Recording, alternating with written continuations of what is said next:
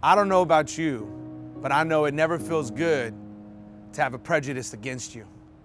I want to talk about being prejudged or prejudices. I want to read you the definition first. It says an unfavorable opinion or feeling formed beforehand or without knowledge, thought, or reason. It's a preconceived opinion or feeling that is either favorable or unfavorable.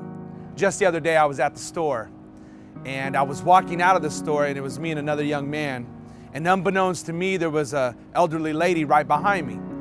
And so as I'm walking to my car, all of a sudden she stopped me and she said, "Hey, you stole my deposit bag."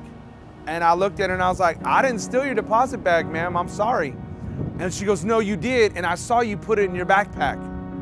And I'm like, "Ma'am, I'm not a thief, that's not what I would do." She goes, "No, I saw you put it in your bag."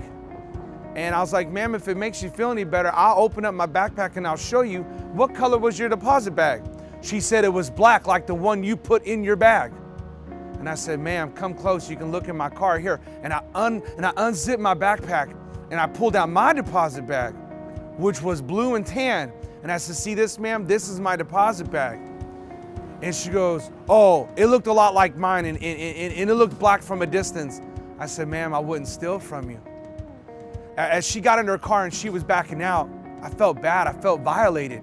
I had so many different emotions coming up. And then I thought to myself, I just need to pray for her. And just by happenstance, I don't even know what happened, but she ended up pulling up right next to me again. And I rolled down my window and I motioned for her to roll down her window, and I said, "Ma'am, my name is Anthony. What's your name?" She said, "My name is Kathy." I said, "Kathy, I apologize that your bag is gone." I said, "Can I pray for you?" And she said, "That would be nice." And she rolled up her window and she left. And then again, I felt that feeling like, man, what is this all about? I heard a gentle whisper. And I just felt like God spoke to me and says, "Pray for her anyway." And so I did. But the rest of the day, I couldn't shake that feeling of just, man, why do we prejudge people? Why would she consider me a thief? I don't get it. And then it hit me. I'm not in charge of her emotions. I'm not in charge of her reactions or her assumptions. I'm not in charge of her prejudices.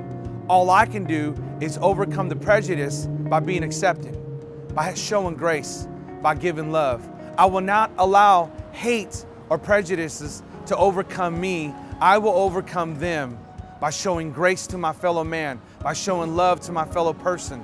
And that's what I want to encourage you to do. Don't have a prejudice.